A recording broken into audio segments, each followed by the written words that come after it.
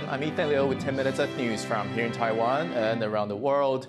Manufacturing activity in Taiwan saw an upswing in July after several months of contraction. That's according to the Zhonghua Institution of Economic Research, or SEER, a local think tank. SEER's composite index, which gauges the manufacturing sector's performance, rose by over a point last month. It was the highest figure on the index since September 2022. SEER says the increase is due to the coming peak sales season for tech products. It says this has raised demand for inventory, boosting export orders and production. The Michelin Guide has released its latest recommendations for eating out in Taiwan. It's given out stars to 44 new restaurants this year, up from 38 in 2022. Cindy Chi has the details. Welcome to the 2023 Michelin Guide ceremony, Taiwan.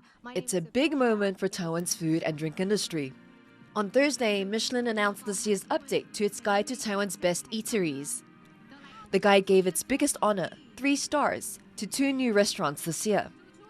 One is in Taiwan's central city of Taitung, run by Singaporean chef Jimmy Lim. This is also the first time Singaporean cuisine received the highest accolade of 3 Michelin stars around the world. Best Singaporean cuisine here in Taiwan.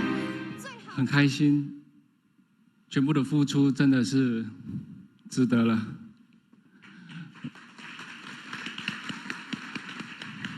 Thank you, and one small step for Singaporean cuisine. The second restaurant is in Taipei. It represents local Taiwanese flavors using Western techniques.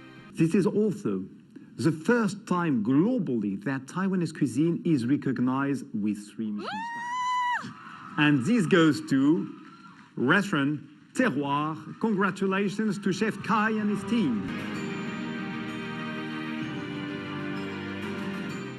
我收到信的那一天，我已经哭完了，所以我现在不会哭 ，OK？ 但是等一下不知道，我好希望明天餐厅可以休息。我希望这个3星不是枷锁，我希望我可以更自由自在的做我想做的事情。A total of 44 restaurants received Michelin stars this year, and 6 establishments got a Michelin Green Star. The Green Star recognizes eateries committed to sustainable practices and dining experiences. 2 Green Star restaurants are new additions.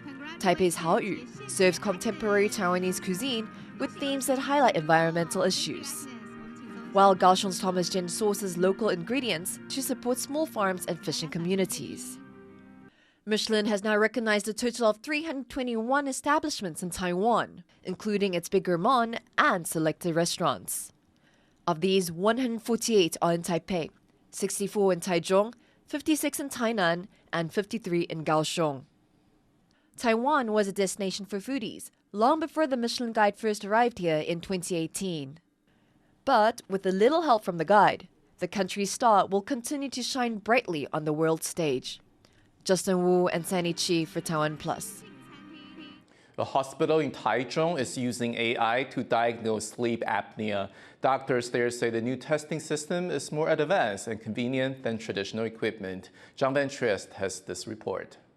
Loud snoring, disrupted sleep, and drowsiness during the day. These are just some of the symptoms of sleep apnea, a condition it's thought affects around 900,000 people across the country. Until now, testing meant sleeping overnight in a hospital while being hooked up to various uncomfortable devices. 很多线的束缚之下，我自己做过，那通常连翻身都会有点局限。 But doctors at China Medical University Hospital in Taichung have invented a new wireless method that can even be used at home. A device stuck to the patient's chest records their heartbeat, a good clue for whether they have sleep apnea. It then sends the data to an AI program that interprets the rhythm. 就能够侦测身体里面非常多的数据。 Staff at the hospital are excited about the possibilities of this new method. 可以做到一个精准的变化，那可以到90%几的一个准确度。 Once its trial stage ends, this technique won't be covered by Taiwan's national health insurance system. But those willing to pay out of pocket at least have a new option for getting diagnosed, which could be the first step to a better night's sleep. Chris Ma and John Van Triest for TaiwanPlus. Fishing is a major industry in Taiwan, and new tech developments are making life easier for the country's fleets. Eric Gao explains. An eye in the sky on the lookout for fish. This drone system is a world first. It uses AI tech to scan the seas looking for schools of fish. When it spots them, it directs fishing boats to that area. The drones can be sent up in teams of up to 4 with a 60-kilometer range. This system was developed by the Economy Ministry and Taiwan's leading industrial development research institute. They expect it to be a game changer for the country's fisheries industry. 它可以用 AIoT 的这样的一个技术去判读说哪里有鱼群，然后赶快通知船长就近可以去做一个捕捞的动作啊。那运用这样的一个技术的话，它的这个鱼群判断的准确性高达80%。Taiwan has the world's second largest distant water fishing fleet.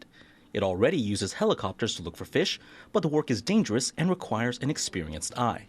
This new automated system takes both the guesswork and the danger out of the process. 只要有无人机的帮忙，这个第一个就是节省人员，还有节省这些人力，再也会替这个母船带来一些抓鱼的资讯。 Officials have high hopes that tech breakthroughs like these will help the local fishing industry and spur the country's overall economic development. Joseph Wu and Eric Gao for TaiwanPlus.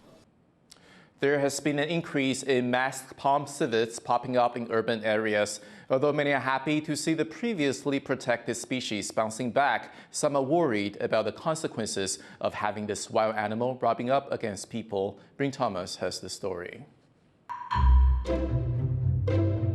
This little guy used to be a rare sight in Taiwan. That's after habitat loss and human encroachment drove the masked palm civet into the country's wilderness.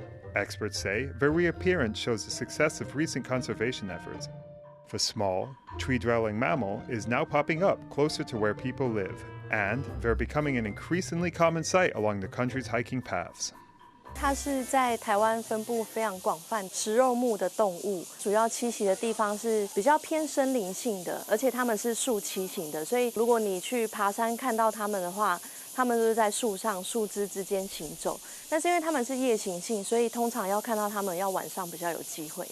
The animal had its moment in the international spotlight in 2003 as one of the origin species of the SARS virus. They were previously protected in Taiwan, but successful conservation has seen them removed from the list. And in 2019, their status changed from protected animal to general wild animal. Now, greenbelts, riverside parks, and Taipei's sprawling university campuses and green spaces are the palm civet's new habitat. But the animal's appearance in these places poses risks of its own. 第一个最严重是路杀，因为其实都市化的问题就是我们的道路切割了非常多，把一些绿地都切成一小块一小块的栖地，所以其实当它在跨越这个马路的时候，事实上是非常容易被车撞死。 The palm civets have even been sighted in Taipei's Xinyi district, and as its habitat rubs up against places where people live, human-animal interactions will become more and more common. Experts are advising people to treat the civet like any other wild animal, with respect and caution. 观察它就好，那不要跟它有过多的互动，或者是太靠近它，因为它都会很紧张。那特别是如果遇到在育幼的带着孩子，通常一只白鼻心妈妈她可能会带着2到3只，甚至3到4只的小朋友。 The palm civet is one of several species in Taiwan to see its habitat expand in recent years. But with the success of conservation efforts, people here will have to get used to sharing more space with wildlife. Eason Pan and Bryn Thomas for TaiwanPlus. Thank you for watching What's Up Taiwan. Remember to download the TaiwanPlus app for more stories from Taiwan and around the world. Finally, today we leave you with images of people throwing tomatoes at each other as part of Spain's La Tomatina festival. I'm Ethan Liu. Take care, and I'll see you next time.